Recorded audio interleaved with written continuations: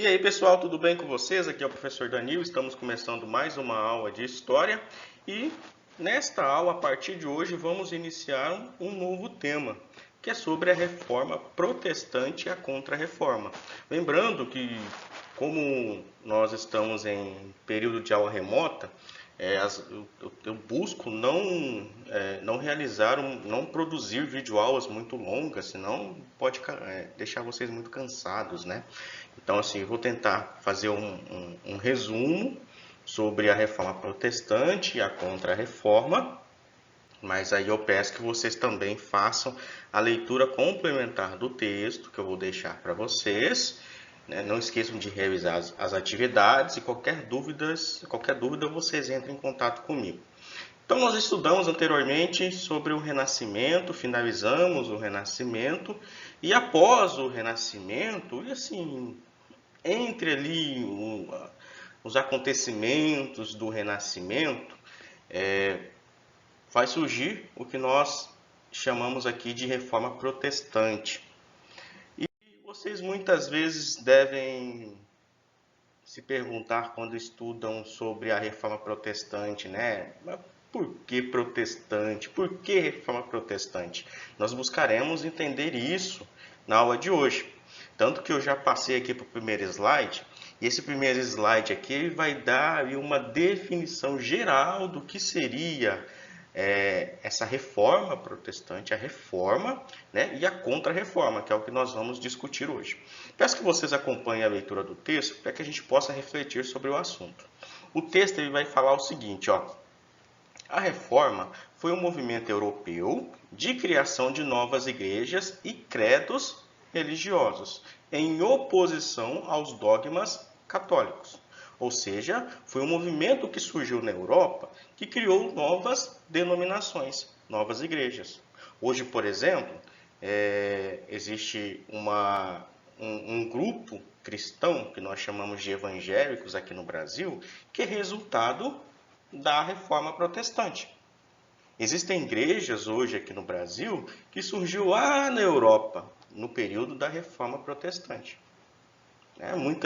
Muitos padres católicos que eram contra algumas ideologias ou crenças ou doutrinas da Igreja Católica naquele período onde ocorreu a Reforma, discordaram e saíram da igreja, né? Se rebelaram, deixaram a igreja e criaram novas denominações com outras doutrinas. Aí surgem outras denominações, né? Outras denominações cristãs. Aí no texto vai dizer que já a Contra-Reforma foi a resposta da Igreja Católica contra estes movimentos que ameaçavam diminuir o número de fiéis, sua influência política e principalmente a sua riqueza, ou seja, surgiu a reforma que criou novas igrejas. Criando novas igrejas, novas denominações, muitos fiéis saíram da Igreja Católica e foram para essas novas denominações. Aí vem a Contra-Reforma, que foi a resposta da Igreja Católica, que tinha o objetivo de fazer com que os seus fiéis não abandonassem a sua igreja, né, o catolicismo, e se mudassem para uma igreja reformada. Certo? Nós vamos tentar entender bem melhor nesta aula aqui, ok? Antes de surgir a Reforma Protestante, nós precisamos entender o que motivou, né, a Reforma Protestante, o que motivou alguns padres católicos, alguns líderes religiosos católicos a deixarem a Igreja Católica e criar suas próprias denominações. Primeiro, nós temos que entender o seguinte, que existem as influências. Primeiro, o texto ele vai dizer ali que por volta ali do século XV, ali, nos anos de 1400, 1500, nesse período ali, né, com o desenvolvimento das grandes navegações e principalmente o Renascimento, que nós estudamos no tema anterior, começou o quê? A estabelecer uma nova classe social.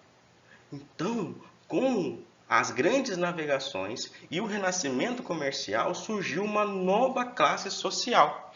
E essa classe social, ela enriquecia nessas atividades, no comércio e na navegação, né, que nós chamamos de burguesia.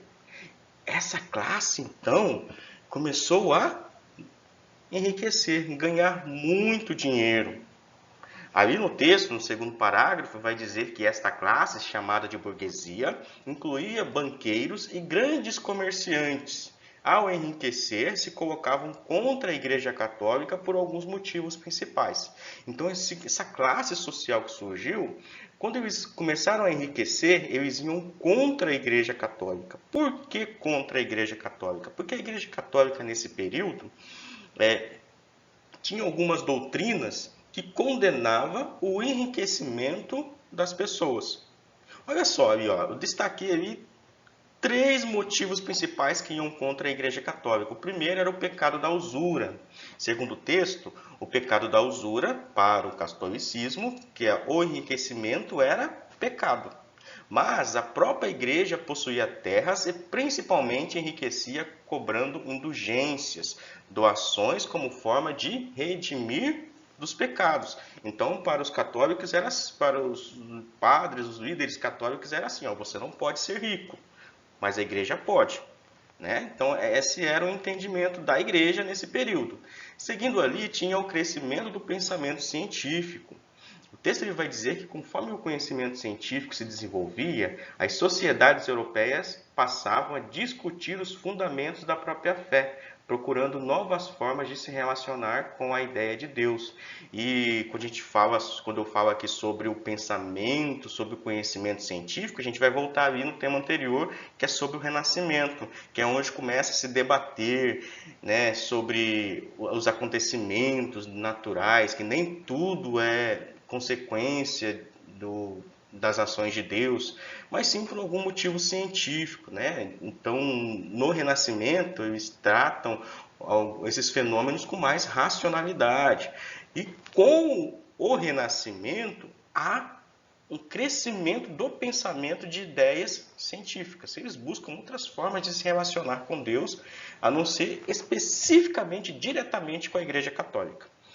E o terceiro ponto ali, terceiro motivo, que é a influência política da Igreja Católica. Ou seja, o catolicismo, até esse período, dominou a Europa durante toda a Idade Média, tendo muita influência sobre a organização política e social das nações. As reformas religiosas pretendiam alterar esse quadro. Ou seja, a Igreja Católica tinha muito poder nesse período. Ela exercia poder na política, exercia poder sobre o Estado, além delas terem muitas terras. E quanto mais terras, mais poder. Ou seja, a Igreja Católica, ela tinha muito poder na Europa, e esse grupo social que surgia, que era a burguesia, estava se sentindo incomodado e não concordava com as ações da Igreja Católica. Por que a Igreja Católica poderia ter poder e nós não podemos ter poder? Seguindo o texto aqui, aí eu fiz um resumão aqui para vocês entenderem, né? Que eu até coloquei aqui uma imagem de uma mulher fazendo a venda de indulgências. Eu vou explicar o que é essa venda de indulgências. Vou mostrar aqui também mais alguns pontos que antecederam a reforma, que foram um dos motivos do surgimento da reforma protestante. O primeiro ponto ali, muitos críticos reformistas da igreja se baseavam na teologia agostiniana, né? Agostiniano, que é um teólogo agostiniano, né? Agostino, um teólogo católico, e eles tinham algumas ideologias, algumas ideias, e a Igreja Católica se baseava no pensamento deste teólogo. E sendo esses pensamentos o que eu citei aqui abaixo, ó. Primeiro, a predestinação, ou seja, os homens dependiam da vontade de Deus. Ou seja, pessoal, aqui eu falando seja novamente, para a Igreja Católica, toda a sociedade, em todas as ações, dependiam da vontade de Deus. Então, por exemplo, se algo iria acontecer, se algo aconteceu, né, foi porque Deus quis, foi porque Deus planejou. Não havia esse livre-arbítrio. né? Essa livre escolha. Então, os homens dependiam sempre da vontade de Deus. O segundo ponto ali, na fé que está acima da razão. A fé conduz à razão. Para a Igreja Católica, nesse período, eles não valorizavam e não criam na ciência. Para eles, era somente a fé, né? Era somente Deus. Deus, como nós vimos até no Renascimento, Deus no centro do universo, o teocentrismo. A fé conduz à salvação. Só existe um meio para se responder às perguntas, para se dar as respostas, para se achar a solução. É somente através da fé. E também tinha ali a venda de indulgências que, por exemplo, você estava em pecado, para conseguir o perdão dos pecados, você teria que pagar à igreja para ter o perdão desse pecado. Se você quisesse ser salvo, ir para o céu, você pagaria, né? Talvez com uma fazenda, uma casa, né? Uma propriedade, ou dinheiro, ou ouro, naquele período, pagava-se para ter a salvação. Eles também vendiam relíquias sagradas, eles criavam relíquias sagradas, pedaço da cruz, ou algum item lá sagrado, e vendiam relíquias, né? Dizendo que tinha um poder, né, sagrado naquelas relíquias, naqueles itens. E a venda de cargos no clero. Então, para você ter algum poder, considerando que até o período a Igreja Católica tinha um poder supremo na Europa, podemos dizer dessa forma, né, para você ter algum poder ali, você teria que conseguir algum cargo na igreja. Então, você não iria conseguir, né, conforme os seus serviços prestados à igreja, mas sim pagando. Seguindo aqui, ó, além desses que eu já falei, tem mais outros antecedentes. Ó. O fortalecimento das monarquias nacional, poder clerical, mais abundância de terras da igreja. Então, os territórios europeus naquele período eram territórios onde, sem a igreja, quem exercia também o poder de mando e comando sobre esses territórios, esses países, esses reinos, eram os reis. Só que até esse período a igreja muitas vezes se colocava superior aos reis. E isso incomodava os reinados, certo? Então, os reis queriam conseguir mais poderes. E para eles conseguirem mais poderes, eles teriam que diminuir o poder da Igreja Católica. Aí temos aí o renascimento cultural, que nós estudamos no capítulo anterior, onde surgiu vários pensadores, surgiu vários artistas, surgiu muitas pessoas que se destacaram ali nesse período, que questionavam alguns valores medievais que a Igreja Católica cultivava. E também a leitura e interpretação da Bíblia era restrita aos membros do clero, ou seja, nesse período quem podia ler a Bíblia era somente quem era membro do clero, quem era padre ou um diácono ou uma pessoa ligada ali à igreja, um membro da igreja que só iria ali para assistir à missa, ela não teria o direito de ler a Bíblia, ela não poderia fazer a leitura e nem a interpretação da Bíblia.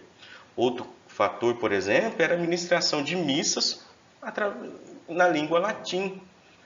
Então, muitas vezes a igreja estava lotada, cheia de pessoas e ninguém entendia nada, porque as pessoas falavam, por exemplo, inglês, mas a missa estava em latim, ninguém entendia. Então, houve vários fatores. Aí já vimos todos esses problemas que a sociedade europeia estava vivendo em relação ao poder da Igreja Católica naquele período. Aí surgiu ali o padre Martinho Lutero, né, um monge agostiniano, que segundo o texto ali, ele criticava ali na Igreja Católica o luxo, a corrupção e a indulgência. Ele tinha muitas críticas sobre a Igreja Católica e como que ela agia naquela época. Aí, em 1517, ele vai até uma porta de uma igreja na Alemanha, né? Aí, ó, igreja de Wittenberg. Ele, com uma tese, né, conforme essa imagem ali, ele prega na porta da igreja ali 95 teses. Essas 95 teses, cada tese, ela desconstrói ou reformula uma doutrina da Igreja Católica. Ou seja, é como se ele criasse novas doutrinas. Quando ele prega essas teses ali na porta dessa igreja, em Wittenberg, ele inicia a Reforma Protestante. Ele cria uma nova denominação, certo? Com outra ideologia, com outra doutrina. Esse padre, o Martinho Lutero, ele é excomungado e condenado à morte pela Igreja Católica. Olha o poder da Igreja Católica nesse período, né? Tinha o poder de condenar as pessoas à morte. Aí, ali, ó, ainda, ó, os princípios básicos da tese. Ó, nas teses, aqui só um exemplo. Na tese de Martinho Lutero, ó, ele pregava ali a salvação pela fé, e não você pagando para ter a salvação, como a Igreja Católica pregava.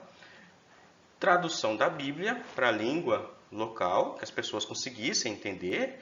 Leitura e livre interpretação da Bíblia. Eliminação de santos e imagens. Fim do celibato para os sacerdotes, né, permitindo que os sacerdotes pudessem se casar. Também o não seguimento da autoridade papal, né, as pessoas, os líderes religiosos não precisariam seguir a autoridade do Papa. 2 sacramentos, que é o batismo e a Eucaristia, e a submissão da igreja ao Estado, ou seja, a igreja ela seria submissa ao Estado, e não o Estado submisso à igreja, como era antigamente. Então, ele reformulou a doutrina da Igreja Católica. Claro que o Papa não permitiu isso. Então, muitas pessoas que viram essa reforma, né, seguiram Martinho Lutero, criando uma nova denominação. Hoje nós conhecemos a igreja de Martinho Lutero como a igreja luterana. Então, se você, por exemplo, é membro de uma igreja luterana, a história da igreja luterana está ligada lá ao início, né, da reforma protestante. Aí o que acontece? Ainda sobre a reforma luterana, né, tem ali o Martinho Lutero, ele recebe o apoio dos nobres.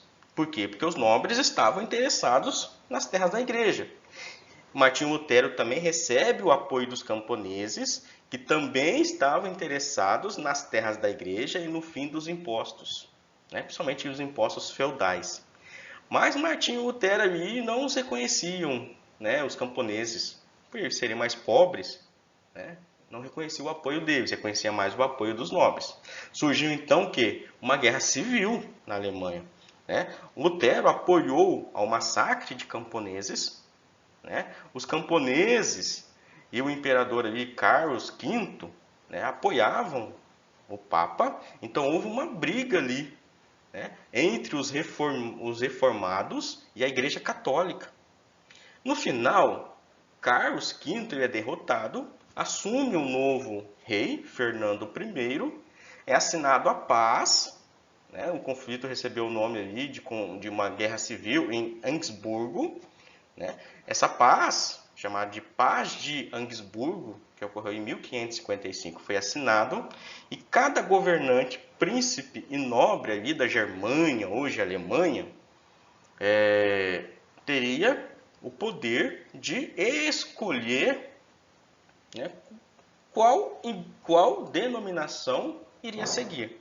Ali no quarto ponto está escrito o seguinte, ó: após a derrota de Carlos V, assume Fernando I, é assinada a Paz de Augsburgo em 1555, cada governante, príncipe ou nobre, escolhe a religião dos seus súditos.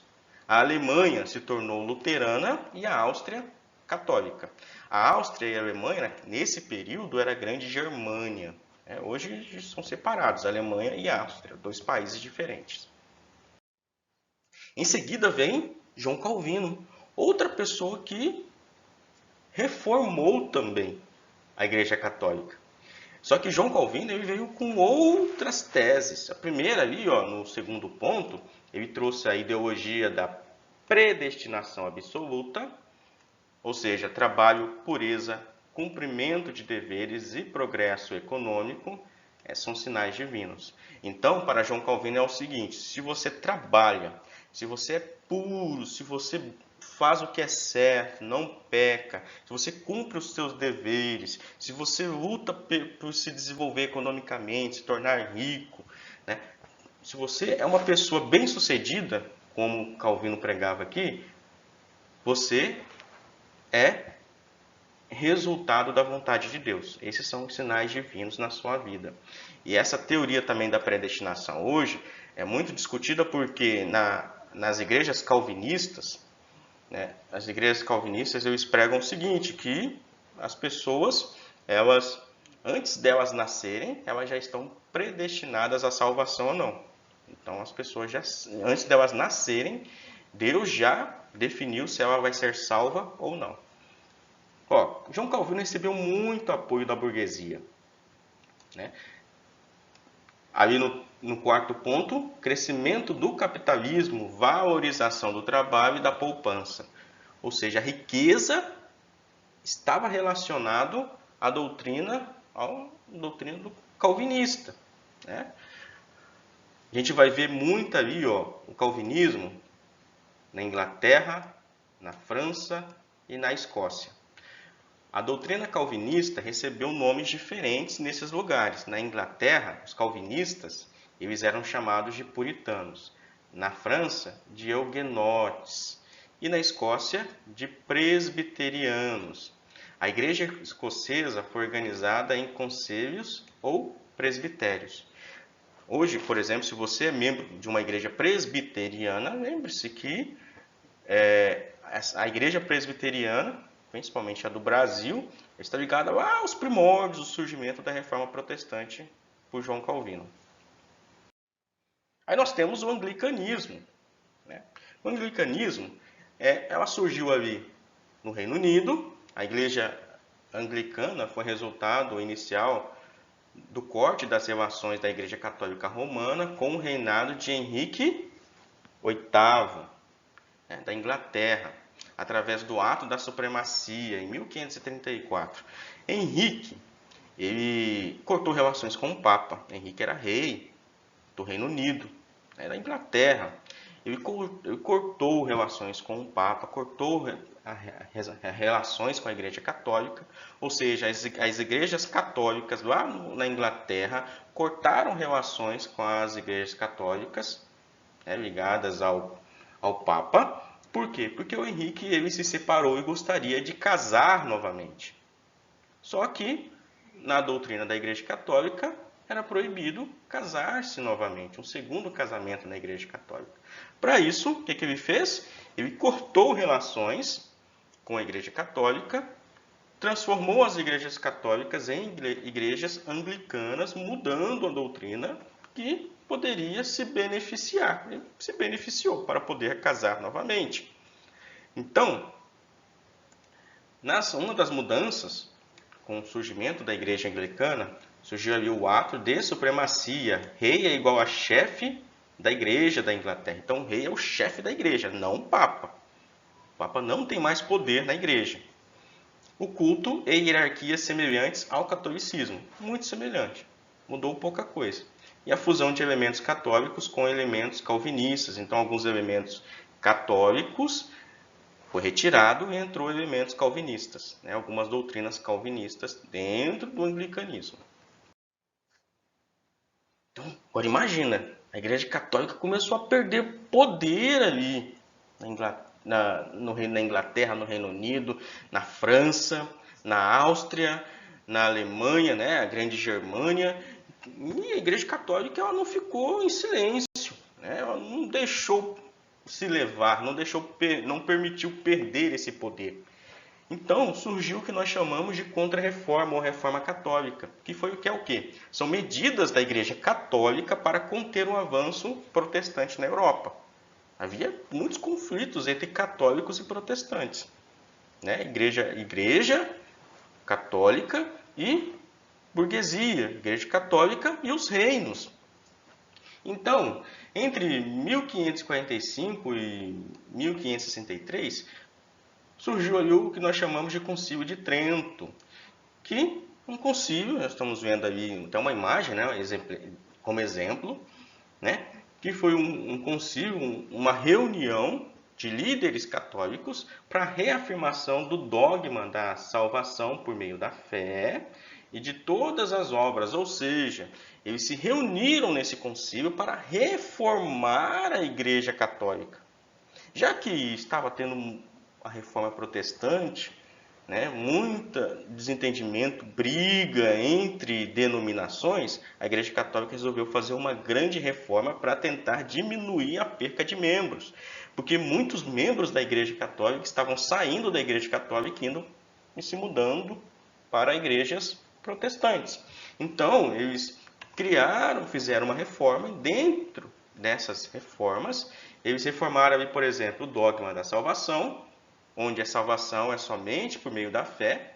Então, as pessoas não precisariam mais pagar para ter a salvação, né? E também das boas obras. Eles confirmaram o culto à Virgem e aos santos, manteve o culto aos santos, a existência do purgatório, manteve, a infalibilidade do Papa, ou seja, o poder do Papa, o celibato do clero, ou seja, os padres continuariam ainda sem o direito de se casar, a proibição de venda de indulgências, né, se pagar para ter perdão dos seus pecados, manteve a hierarquia eclesiástica, a hierarquia da igreja, como a gente está vendo aqui, né?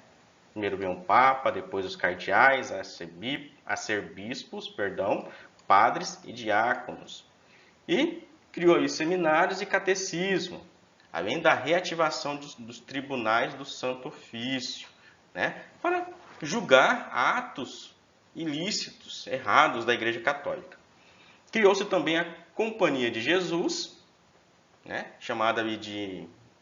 organizada por Inácio Loyola, na Espanha, a Ordem dos Jesuítas e a busca de novos fiéis na América, além de educação e a catequese, criando escolas católicas, universidades católicas. Então a Igreja Católica precisou se reformar, né, para poder sobreviver. Porque senão, se ela não se reformasse, ela iria perdendo membro, até deixar de existir. Certo? Então a Igreja Católica de hoje é totalmente diferente da Igreja Católica do período da Reforma Protestante. A gente vê aqui, ó, como ficou toda a Europa. Antigamente toda a Europa aqui era católica. Com a Reforma Protestante, após a Reforma Protestante, nós vamos ver aqui, ó, zonas de domínio católico, ó, é todo esse amarelinho aqui. As zonas de domínio luterano, por Martinho Lutero, esse verdinho. Zonas de domínio calvinista, esse rosinho aqui, ó, o roxinho, né? Ó, temos as zonas de domínio anglicano, que é esse laranjadinho aqui, ó. Aconteceu mais ali na Inglaterra, né? Aqui, ó, e outras religiões, vermelha. Certo? Pessoal, ficou até um pouquinho grande, né? Um tema um pouquinho extenso, mas se vocês tiverem dúvidas, entre em contato com o professor. Eu estou aqui para ajudar vocês. Não esqueçam de fazer a leitura dos textos, que eu vou deixar no Google Sala de Aula, juntamente com os exercícios. Beleza? Obrigado por ficarem até aqui e até a próxima.